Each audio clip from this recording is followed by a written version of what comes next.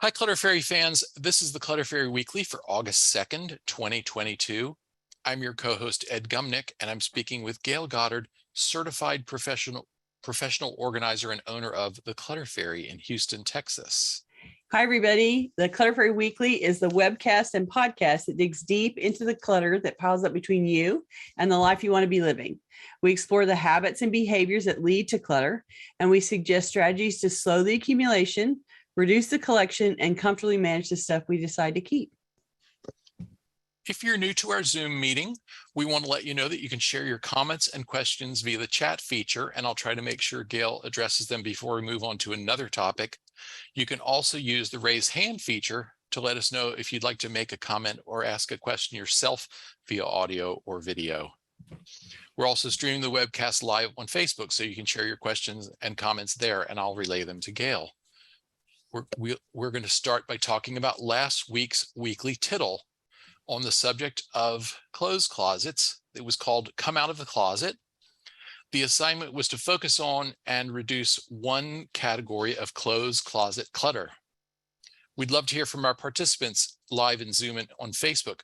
Who was able to discard or donate a few items of clothing this week? Please let us know in the comments.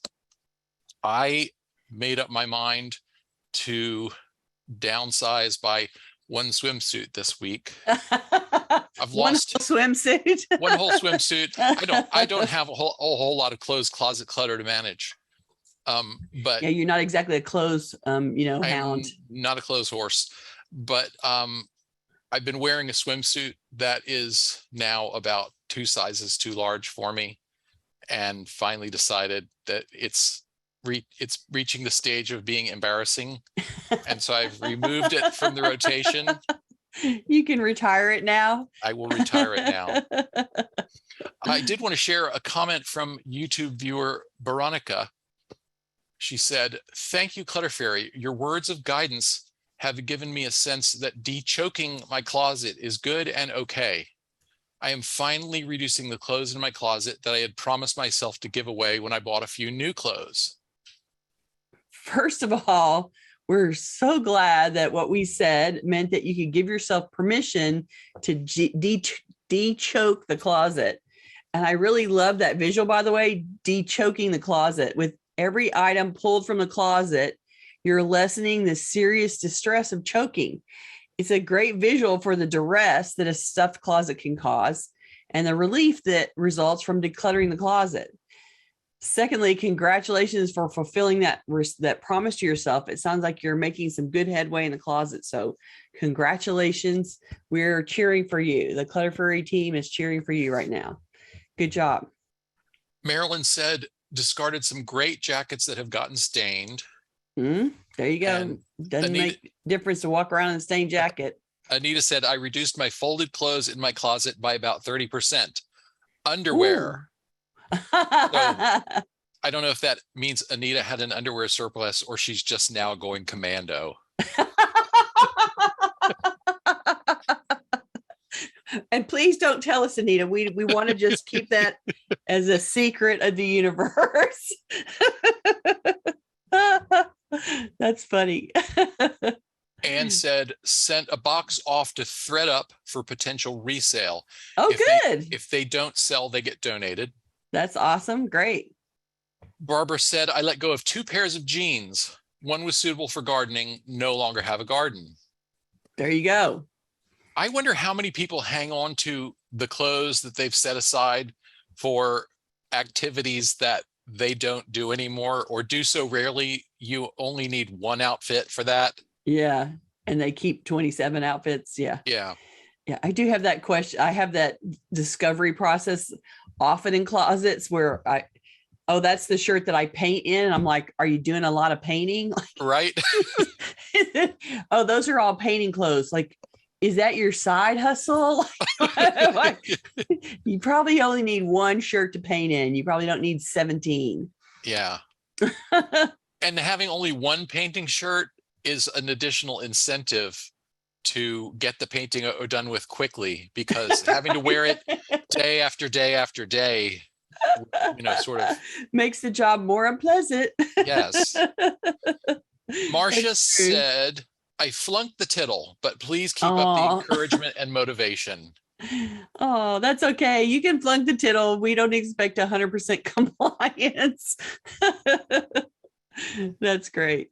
Kat shared, for others in the Houston area, I use donatestuff.com. It's an easy way to schedule Oh, your donations to be picked up by a charity of your choosing.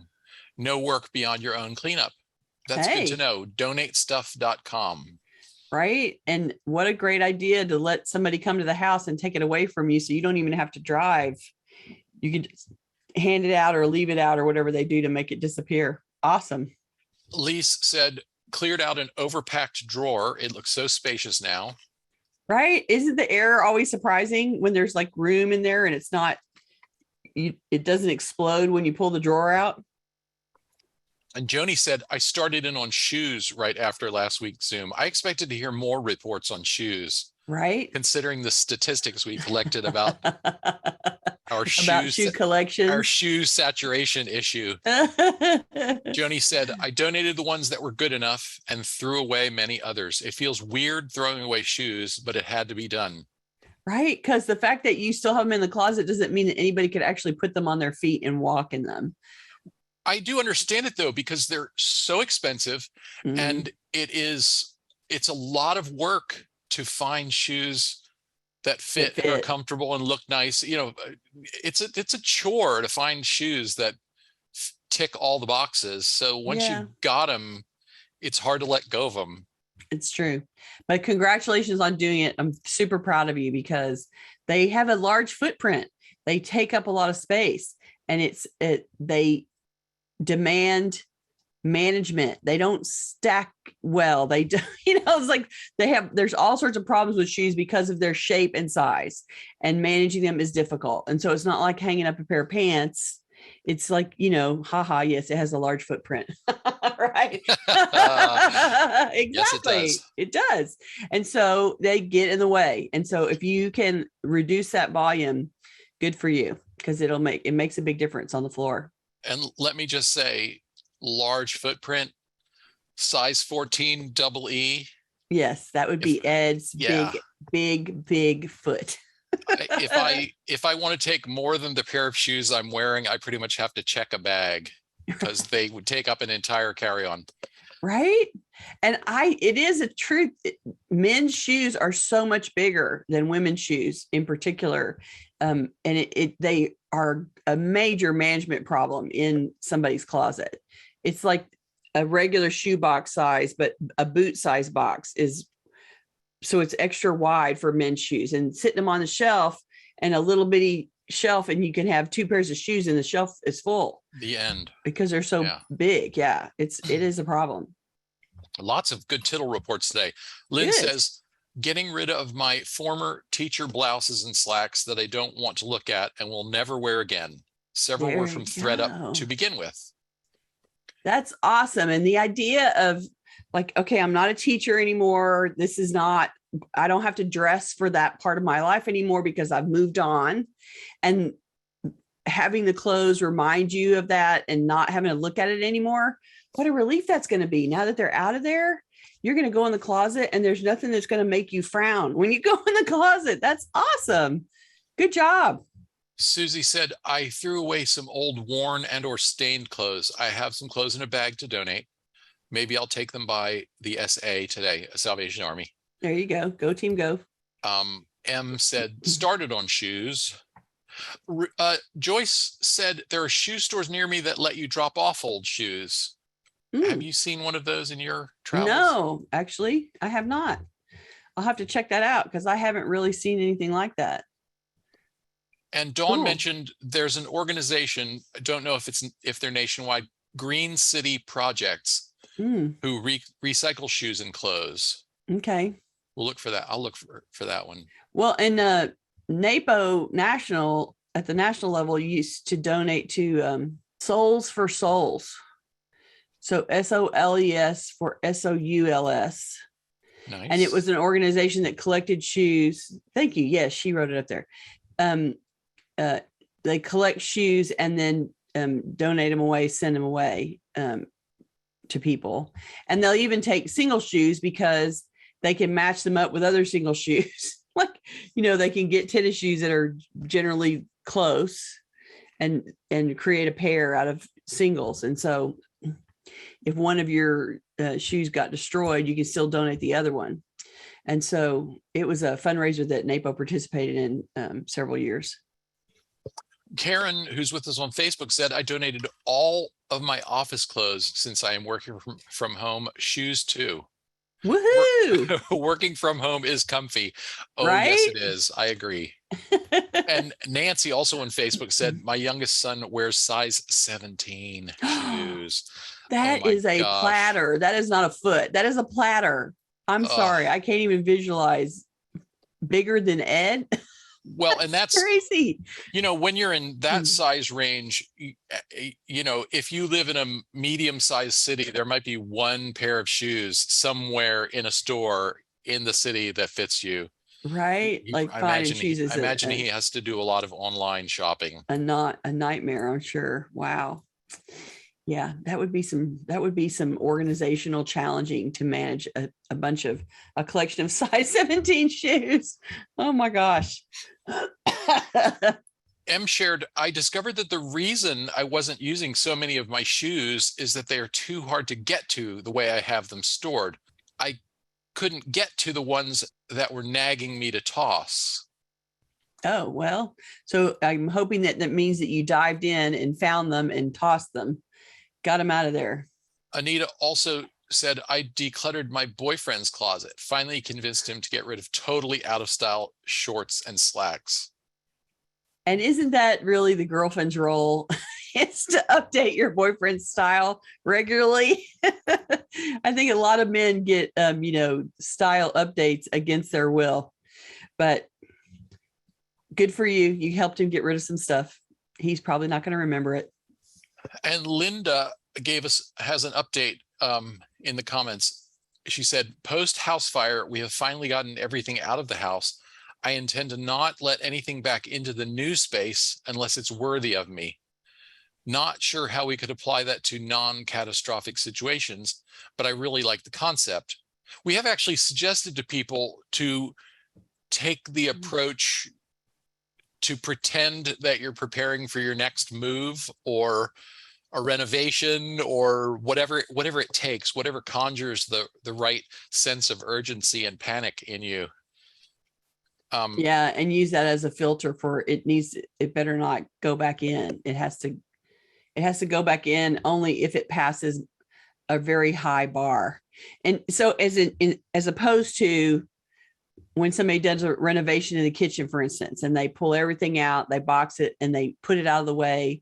And then when the kitchen is done and they just do it in reverse and go and put it all back without thinking about it, you can do that moving process of box it up, unbox it, and do no filtering at all. But if you're going to touch everything anyway, you might as well filter it and only put back what makes sense to put back.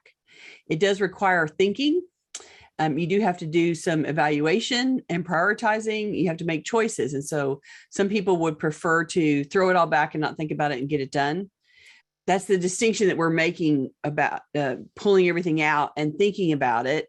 And like she said, it needs to be worthy to go back. And so you can do that in any situation where and we talked about Marie Kondo too, where that's the sort of the avocation that Marie Kondo is making when she says, clear out everything, pull all the clothes out, for instance, and empty the closet and make a huge pile of everything in the closet.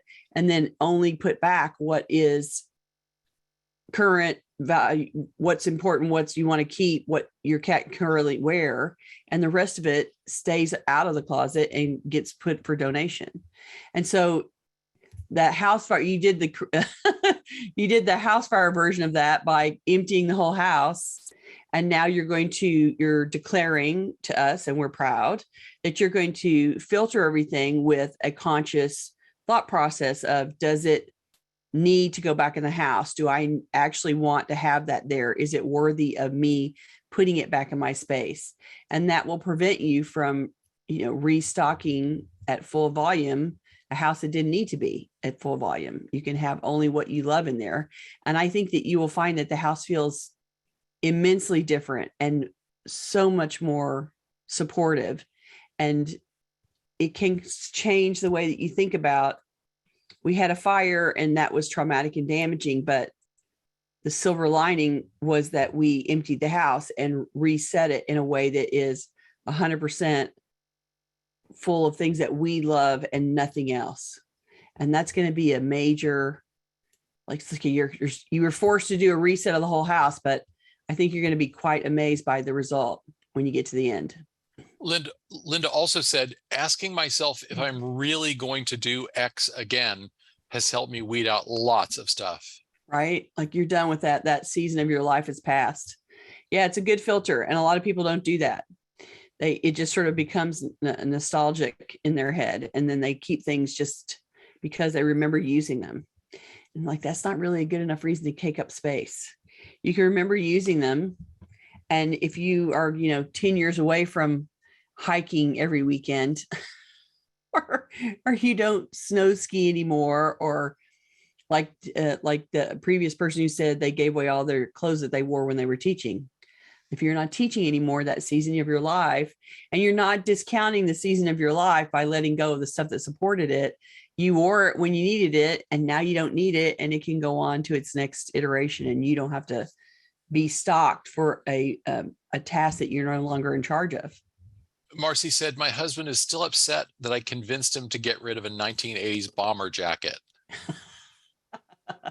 On the bright side, that you've also reduced his chances that younger people will make fun of him when he's out and about wearing it. Because the kids are ruthless. They cannot make fun of his fashion faux pas. And I would say you probably talked about, like, it's an old jacket and you don't want it, and you were insistent on having that conversation with him. And I would have probably intervened and said, if that is an important keepsake to him, then he's allowed to have a keepsake, and moved on to getting rid of other things.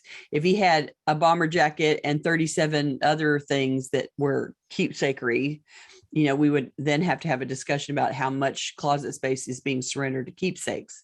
But, I would have had that conversation and said, is this super important to you? Is this really, it is not something you're wearing currently. It's just a keepsake. Is it important enough to keep and give up closet space to? And, he might have won that one with me. Karen said, a woman on Nextdoor said she is starting a new job and needed work clothes. A lot I don't need anymore are going to her. That's great. Ooh, that's exactly what that's like, direct. I'm helping you get better, and that it's going to get used right away, and awesome. That's got to be a good feeling. Okay, we should probably get to our main topic. Okay. Yeah, y'all had lots to say about closets. Thank you. Yeah, we'll come back to more comments as time permits. Okay. But let us talk about the main event. Home office. Working from home created unique clutter challenges even before the pandemic. But now, between sharing home workspaces with spouses and housemates, Zoom studios, kids' classrooms, etc., the rooms and spaces in our homes we dedicate to office work are under more stress than ever. Today, we're going to explore clutter issues in home offices and workspaces and offer strategies for seeking workspace, life space balance. We're going to start today by talking about what we learned from our audience from this week's survey. They're so fascinating, and we really appreciate that you participate. 23% of the respondents say that they work entirely from home. So that to me was kind of a low percentage. I was surprised by that. About a third of the respondents never work from home, and the rest work some part of their time from home. Nearly everyone, like 97% of the people who answered, said that they do some kind of office work at home. So whether it's for business or personal reason, and that's not really surprising because just a few of us are fortunate enough that someone else is responsible for paying the bills. So we all have to do some kind of personal work at least. And so almost everybody is doing some kind of office work at home. From our question about where people do that office work, we found that 17% have a dedicated home office. that one was a big surprise to me, Ed. I have to say, I've had a dedicated home office since I was out of college, but I guess my job as an accountant meant that I needed a place to park my computer early on. Anyway, I was caught off guard about this really low percentage of dedicated home office spaces. And you've always had one too, right? I have usually had a bedroom, like a spare bedroom that doubled as the home office. So it always had a bed in it, you mean? Yeah, or the only place I had really a completely dedicated home office was that house in the Heights. Yes. Where you we had the whole front room. That whole front room into the office. But that was when I had employees working in the house too. Yeah. Yeah. Well, so I just was surprised that 17% was a dedicated home office, because that's always been true for me and my friends. And so I was surprised about that one. I wonder too whether it might reflect that our audience is a lot of people who've moved to have moved to smaller spaces, or I think maybe maybe a future survey will get some questions about how much space do you have. That would be interesting to hear, just to know what the average is for our audience. Yeah. Okay, so the next one was for the question about where people do the office.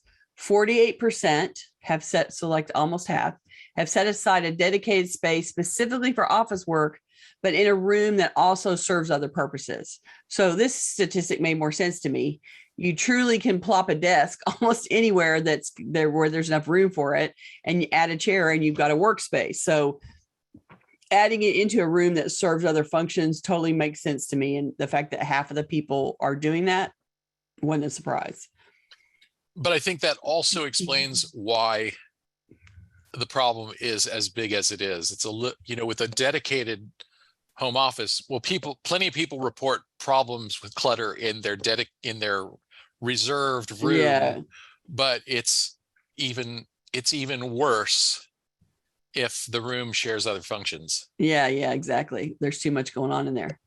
So 27% do office work in whatever space they can find or clear for the task. And I think this statistic reflects the more portable nature of our computers now.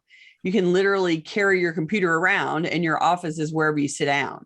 So it's not as supportive a solution for focusing on work, but you can get stuff done anywhere. And so 27% do it wherever they can find space. You and I co-worked in Starbucks on plenty of occasions.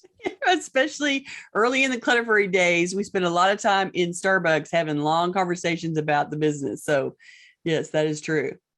And then we had one person that reported having an office, but not being able to work there because it's too much of a disaster.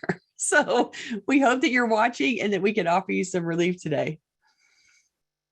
And on our statistical questions related to office work clutter, of the respondents who said that they have a dedicated office space, that's 17%, 87% reported a chronic clutter problem. And for people who do office work anywhere that they can make space, and that was 27%. Of those people, 84% reported that it causes a clutter problem.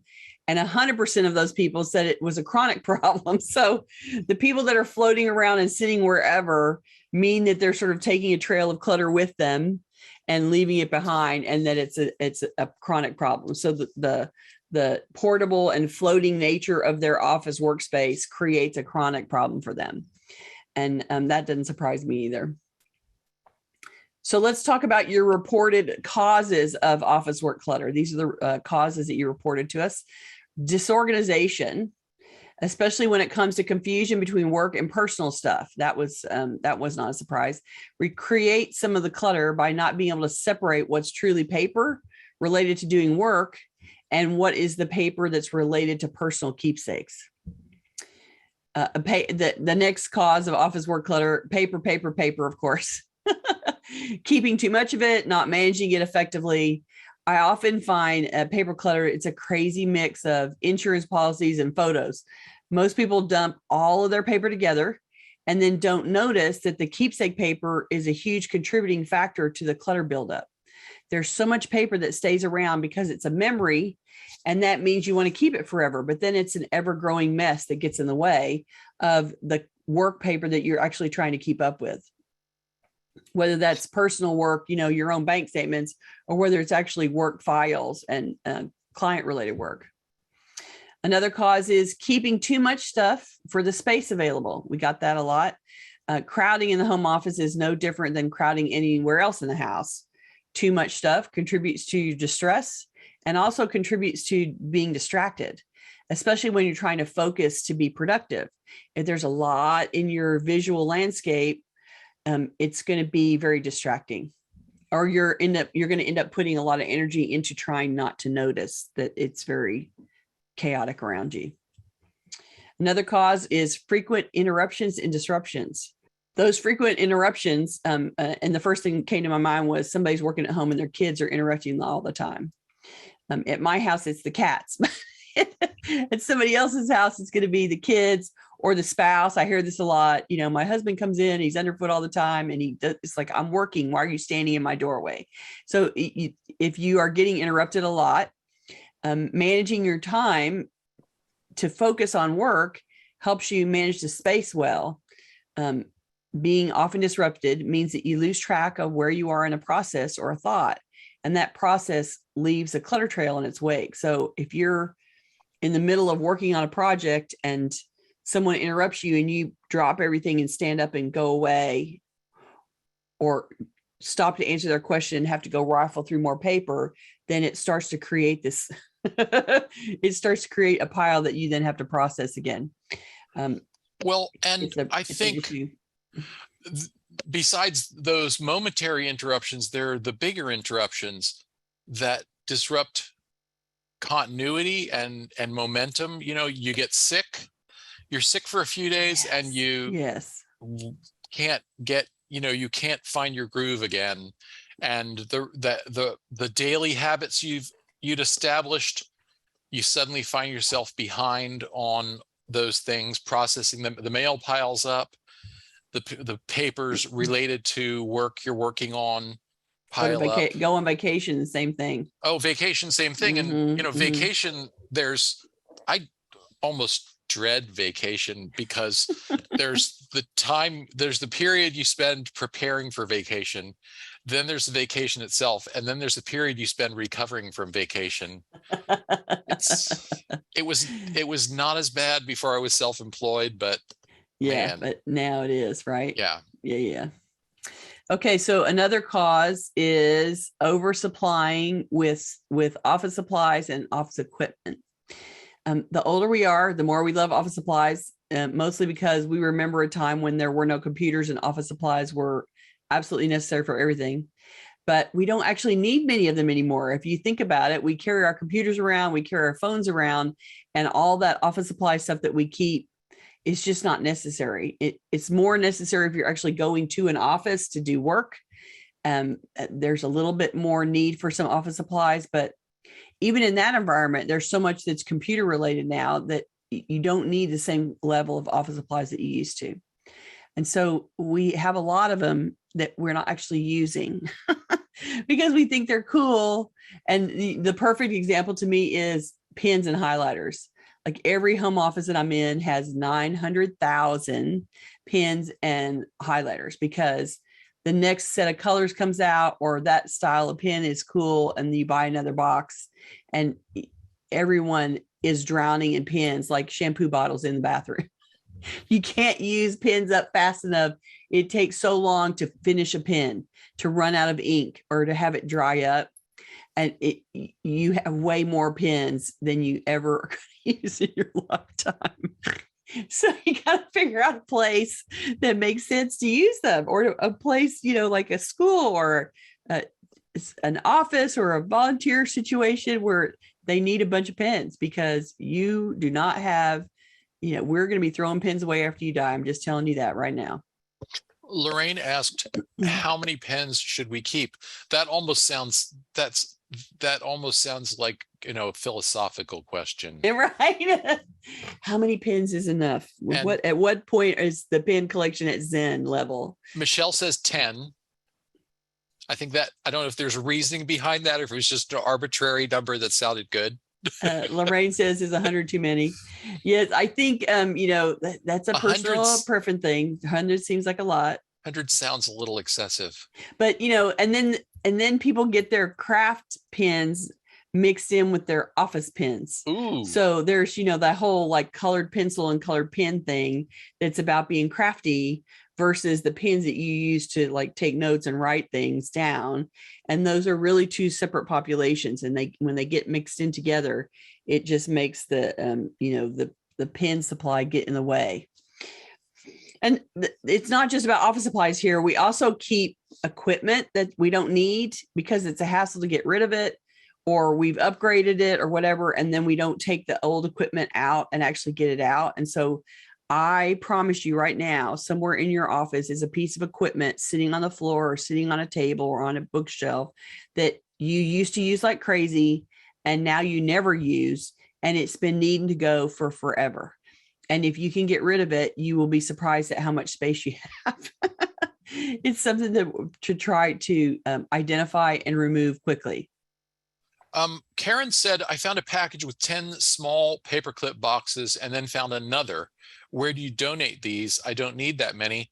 Yeah. Office supply, Art Asylum, Texas Art Asylum takes all kinds of office supplies, do they not? They do. Pretty much anything in the office supply category. Yes. And then, so they're making that stuff available to teachers.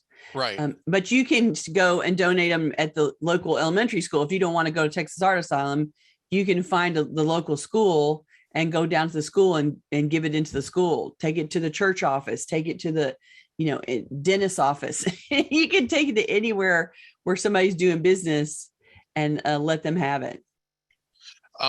And for those in the Houston area, Texas Art Asylum, which is at texasartasylum.com, they are in the they're on Live Oak Street. Wait, is that's that's right, that's correct. Yeah, okay. South, which is sort of just south of downtown. Yeah, like southeast of downtown. Southeast of downtown.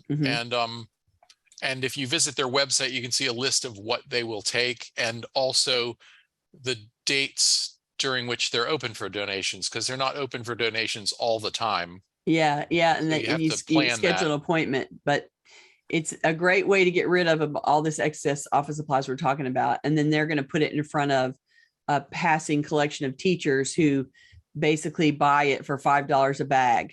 And so then they can get a whole bunch of supplies that they need for a classroom for really inexpensive. So it's a good way to repurpose that stuff.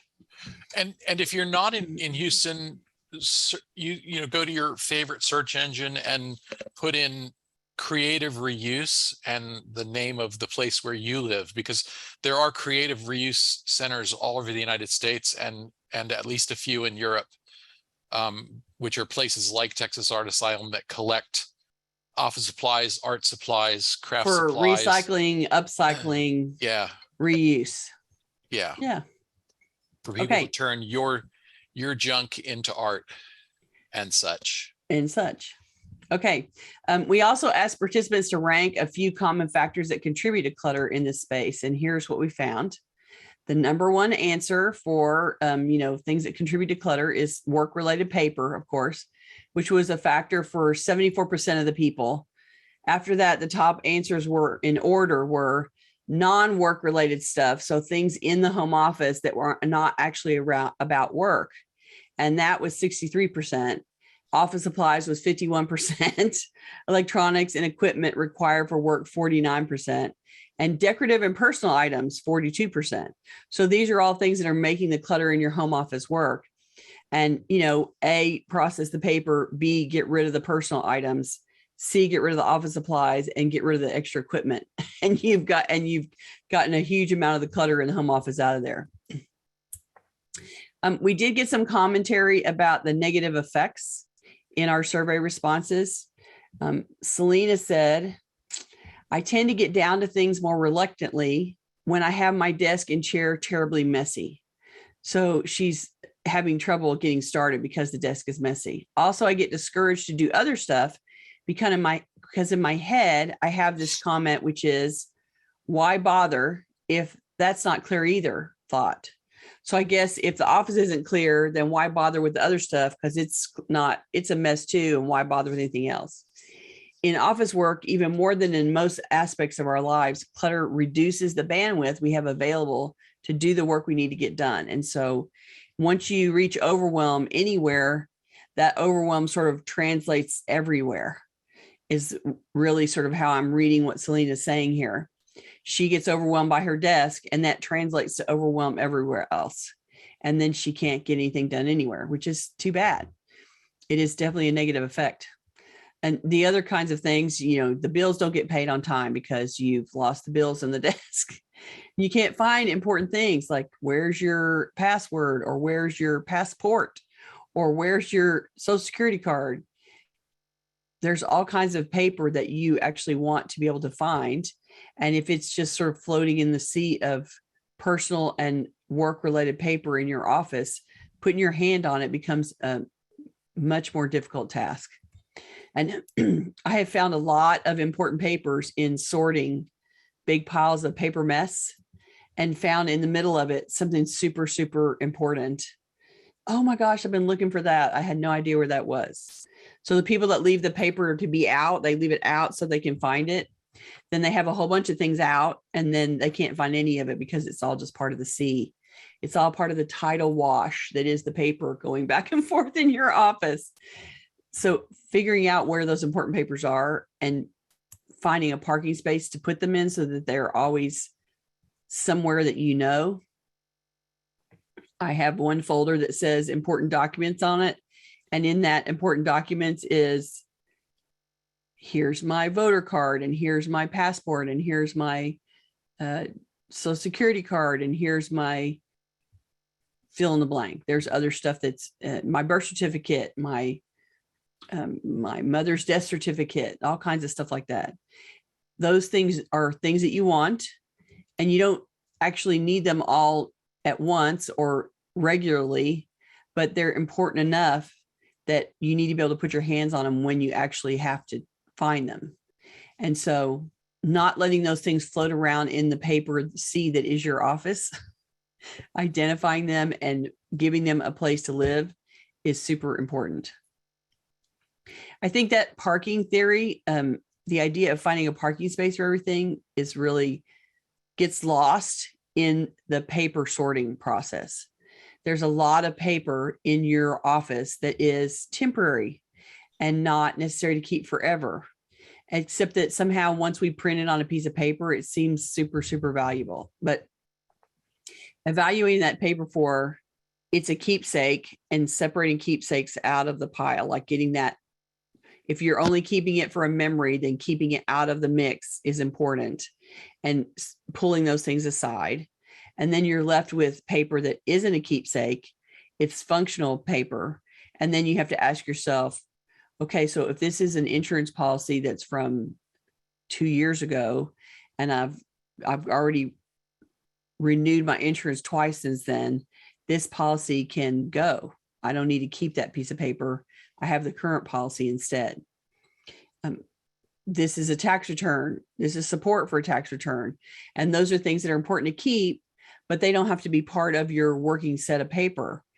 You're keeping tax returns and the support for those tax returns against the potential to be audited.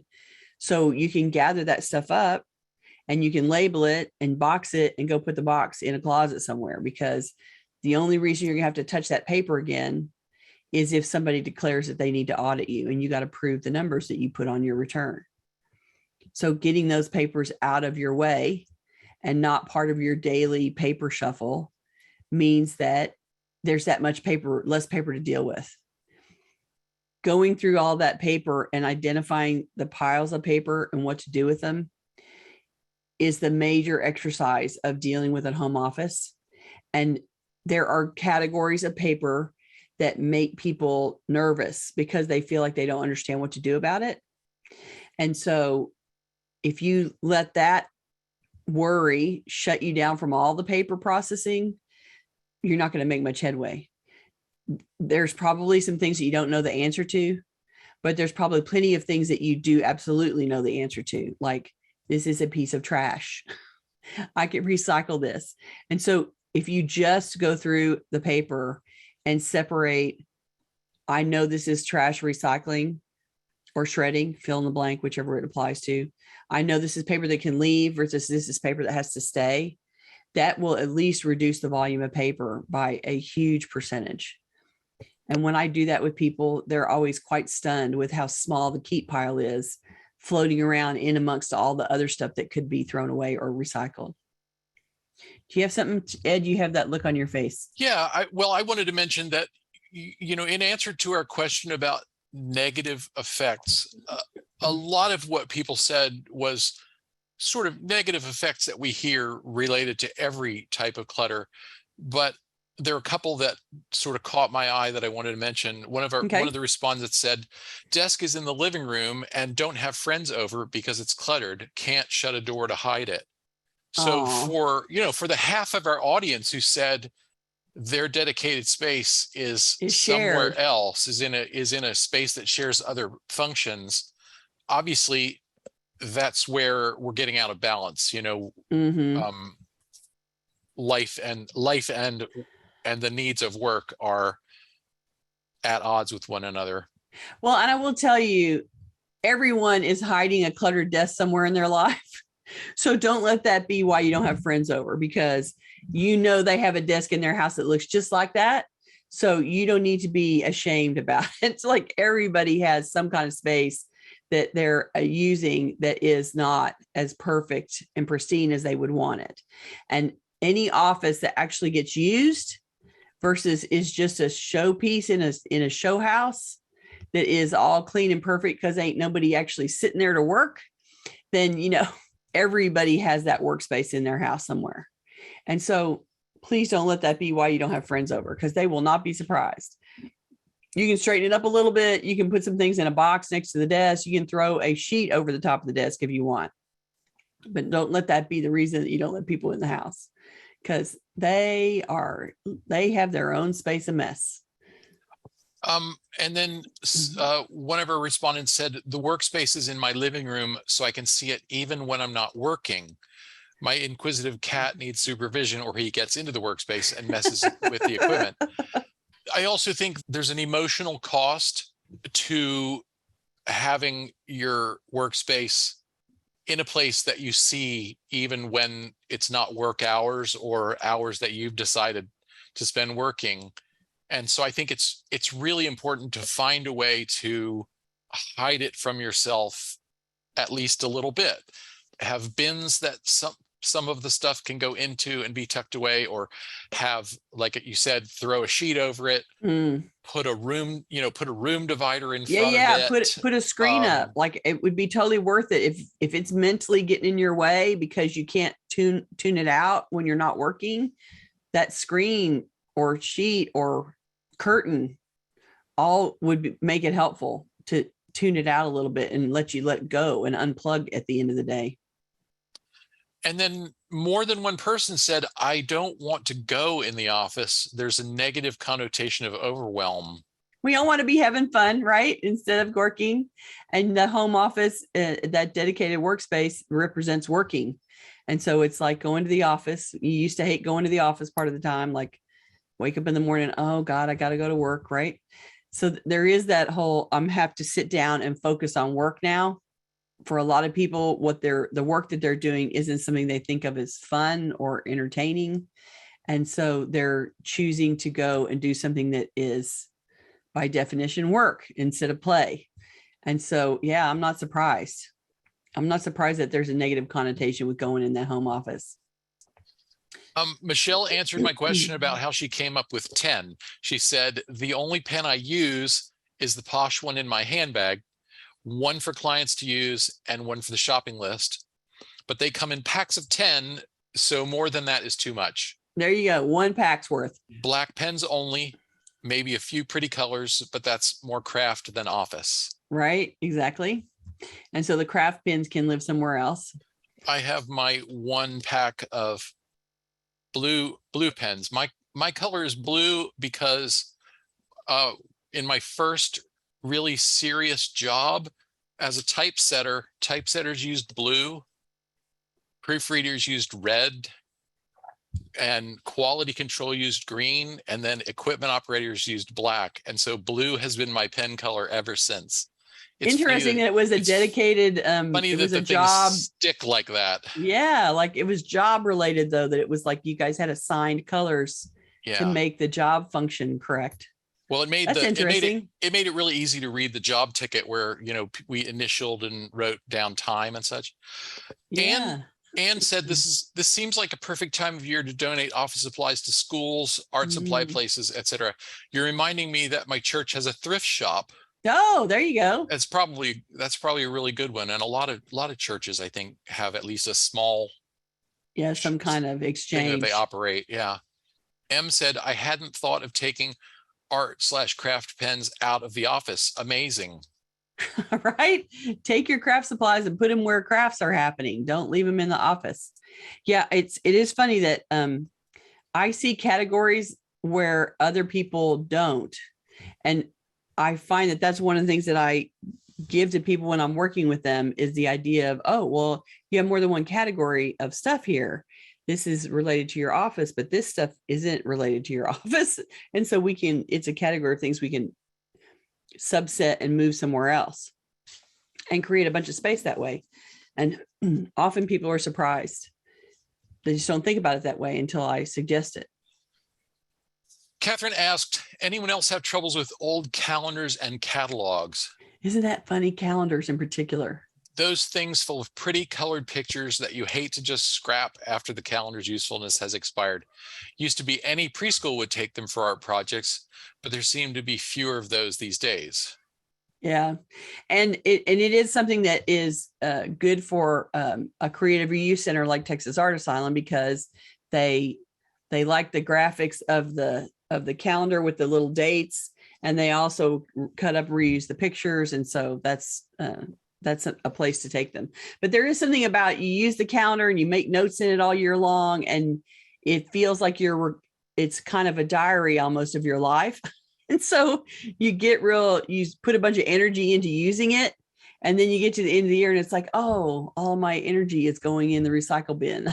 It feels real weird. Calendars are hard for a lot of people to release. And I have often segregated collections of calendars that people were not willing to release.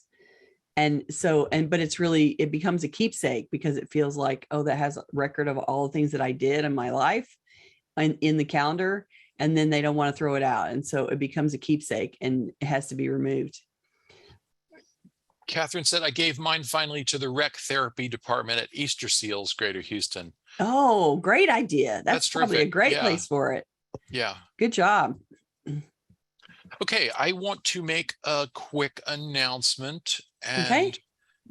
then we probably have time for a couple more comments before we And the get Tittle. to the end. Yes. I want to say a special thank you to Jimmy for becoming our newest Patreon supporter.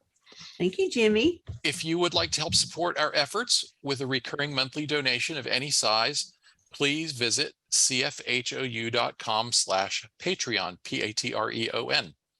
Your contributions help us offset the cost of producing the weekly webcast and podcast, and will help us fund new projects that we have in the works.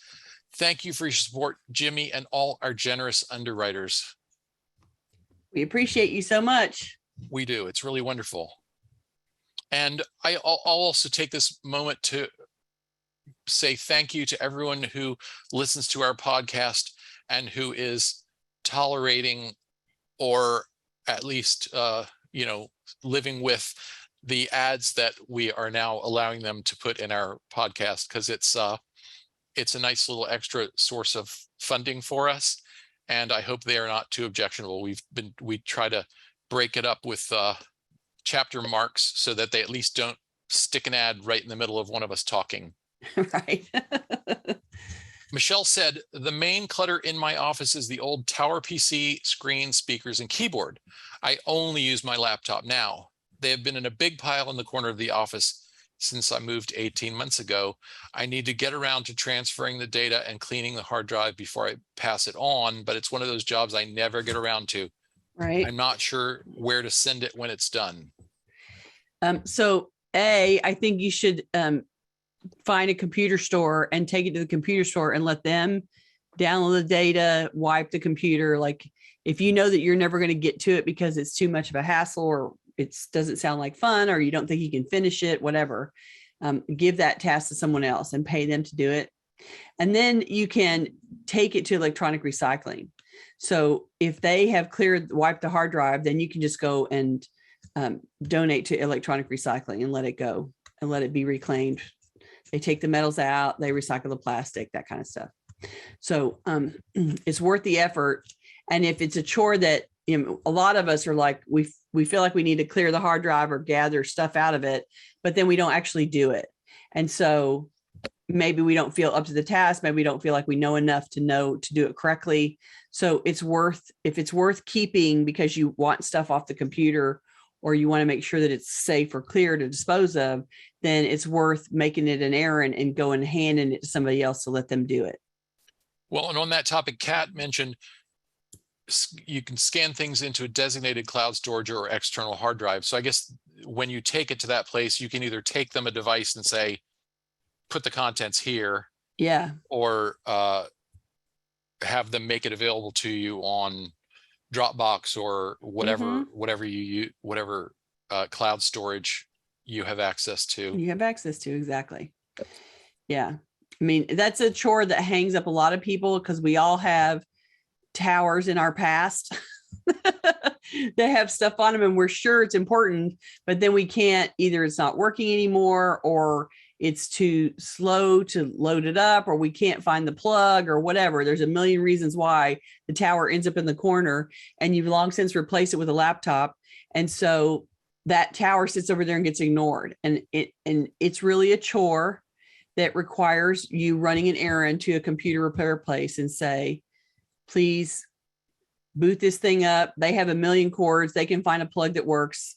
Boot this thing up, get the data off of it, give it to me in fill in the blank form, whatever form you prefer, and then wipe the hard drive. And, you know, some of them may actually dispose of it there, or they will give it back to you, but then it'll be clean and you can feel comfortable about going straight to electronic recycling and dumping it off. And so give it a shot. All right. We will be back next week. That is Tuesday. What's the date? August 9th? Yes. August 9th at noon US Central Time, the usual time.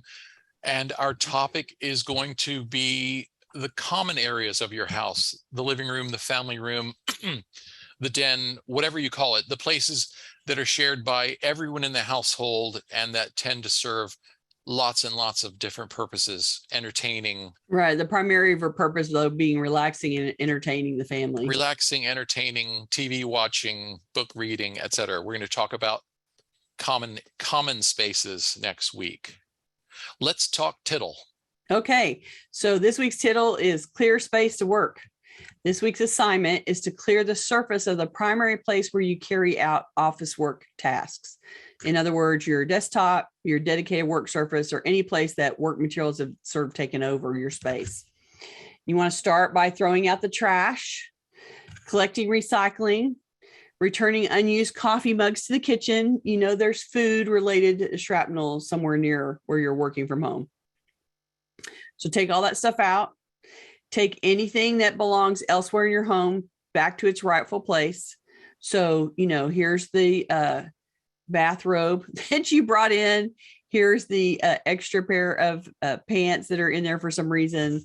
Here is the crafty stuff that migrated into the home office by accident.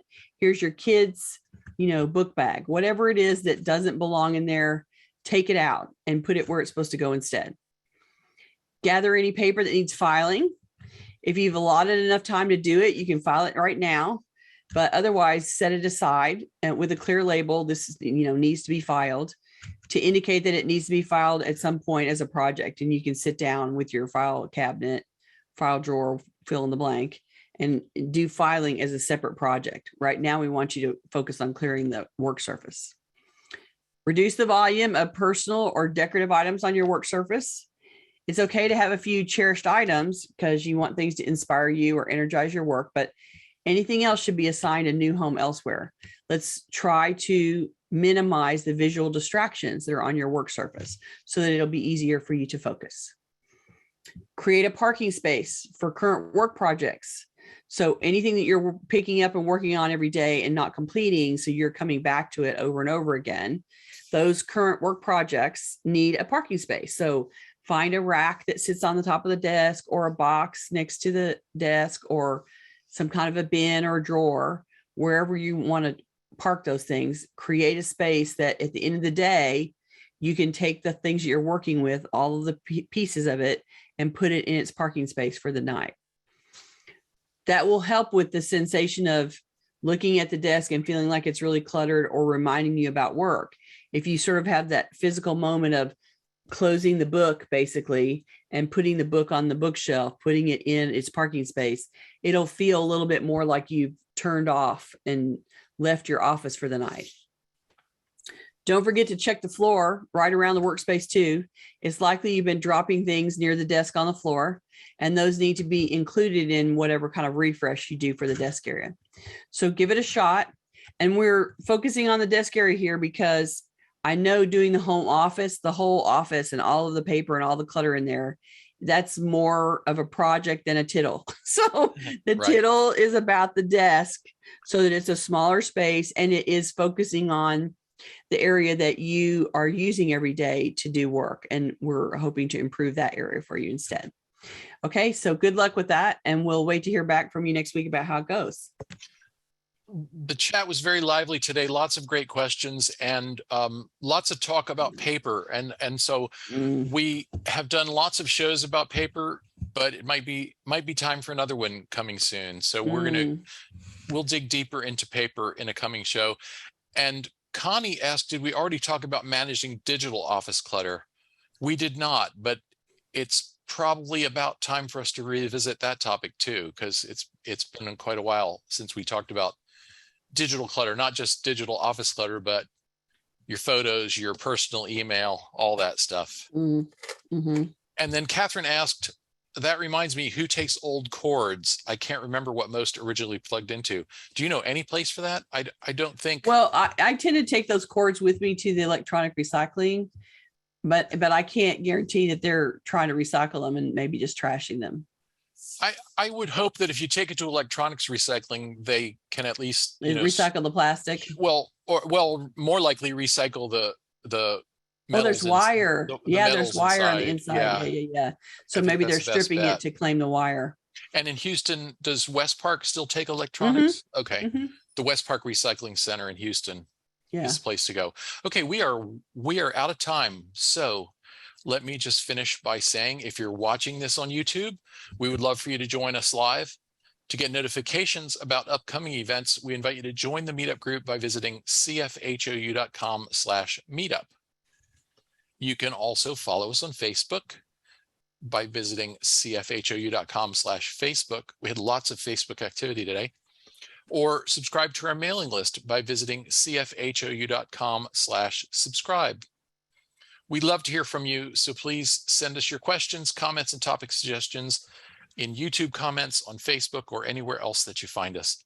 You can always reach us through our website at clutterfairyhouston.com. clutterfairyhouston.com. Still. Oh, thank you. I like my necklace too. Thank you. It was a gift. Thanks, you guys. It was great to see everybody. And we will see you when we're ready to talk about common spaces. We'll talk to you about common spaces next week. See you later. Bye-bye. Bye.